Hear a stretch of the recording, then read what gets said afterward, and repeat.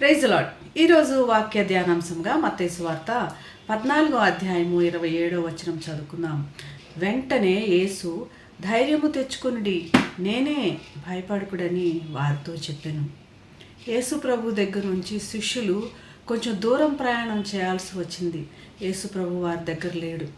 వారు సముద్రంలో ఉన్నారు, పడవ ప్రయాణం చేస్తున్నారు.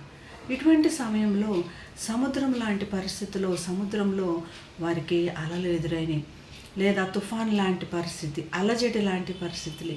ఈ సమయంలో యేసు ప్రభు వారి దగ్గర లేడు.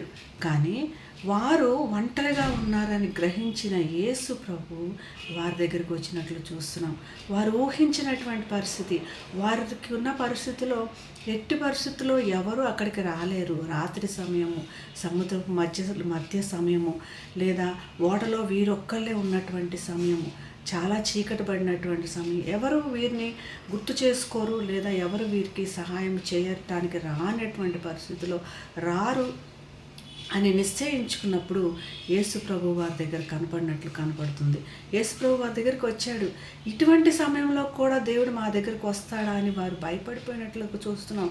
వెంటనే యేసు ప్రభు ధైర్యం తెచ్చుకోనండి, నేను రాననుకున్నారా, నేను మీతోనే ఉన్నానని చెప్పినట్లుగా నేనే, భయపడకుడి అని చెప్తున్నాడు.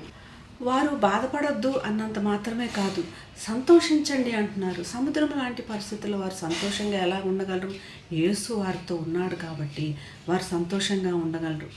నేనే అని మోషేకి ఎలాగైతే నేను మాత్రమే దేవుడిని, ఇంకెవరు దేవుడు లేడు అని గుర్తు చేసిన దేవుడు ఇక్కడ అదే దేవుడిని నేను అని వారితో చెప్తూ, నేనే ఈ సర్వ జగత్తుకి అధికారి నేనే అని చెప్తూ, భయపడకండి, నీ చుట్టూ ఆందోళనలు, నీ చుట్టూ సముద్రం ఉంది, భయపడొద్దు, ఆ ఆందోళనలో కూడా నేను మీతో ఉన్నానని దేవుడు మనకు గుర్తు చేస్తున్నాడు.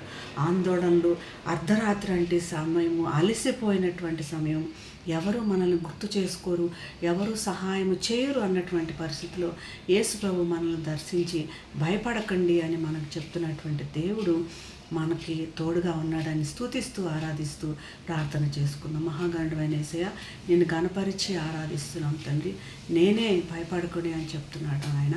ప్రభు, మాకున్నటువంటి ఏ పరిస్థితుల్లో కూడా నీవు మా తోడుగా ఉండి మమ్మల్ని రక్షించి మమ్మల్ని విడిపించినందుకు కృతజ్ఞతలు చెల్లిస్తూ యేసు నామమున ప్రార్థిస్తున్నాం తండ్రి. ఆమేన్. Have a blessed day. God bless you.